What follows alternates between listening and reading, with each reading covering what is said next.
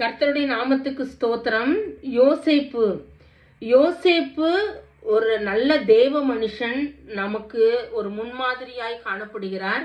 இயேசு கிறிஸ்துவுக்குள்ளும் யோசேப்புக்குள்ளும் அநேக காரியங்கள் ஒப்புமையாக சொல்லப்படுகிறது. இந்த யோசேப்புடைய வாழ்க்கை வரலாற 3 பகுதிகளாக பிரித்து கொள்ளலாம். தன்னுடைய தகப்பனோடு இருந்த காலங்கள், சிறையில இருந்த காலங்கள், அதிபதியாக மாற்றப்பட்ட காலங்கள்.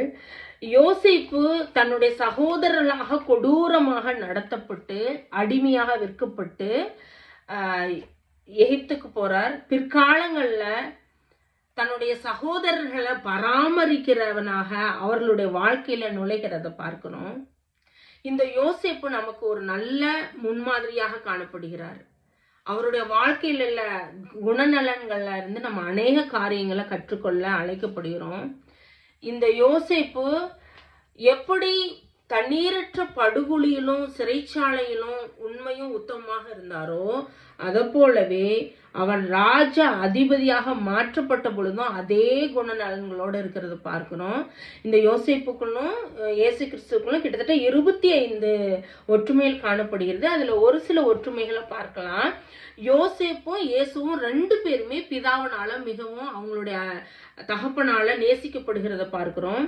யோசேப்பு 20 வெள்ளிக்காசுக்காக வெட்கப்படுகிறார். இயேசு கிறிஸ்து 30 வெள்ளிக்காசுக்காக காட்டி கொடுக்கப்படுகிறார். யோசேப்பு தன்னுடைய சகோதரர்களால முழுவதும் வெறுக்கப்படுகிறார். இயேசு கிறிஸ்து யூத மக்களால வெறுக்கப்படுகிறத பார்க்கிறோம். சிலுவைக்கு முன்பதாக இயேசு கிறிஸ்துவோடைய ட்ரெஸ் ஃபுல்லா வெளியில எடுக்கப்படுது, நீக்கப்படுது.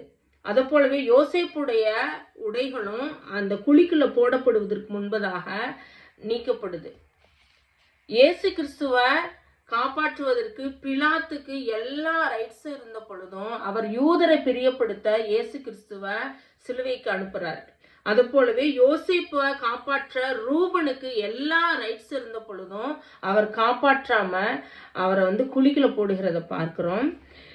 இன்னொரு காரியம் யோசேப்போட கூட 2 குற்றவாளிகள் ஜெயில இருக்கிறத பார்க்கிறோம். இயேசு கிறிஸ்துவோட கூட 2 குற்றவாளிகள் சிலுவையில் அறையப்படுறத பார்க்கிறோம். இயேசு கிறிஸ்து தன்னுடைய 30வது வயதுல இந்த உலகத்துல தன்னுடைய ஊழியத்தை ஸ்டார்ட் பண்ணுகிறார். யோசேப்பும் தன்னுடைய 30வது வயதுல எகிப்துல சேவை செய்ய ஆரம்பிக்கிறார். தொடர்ந்து யோசேப்பின் காரியங்களை பார்க்கலாம். ஆமீன்.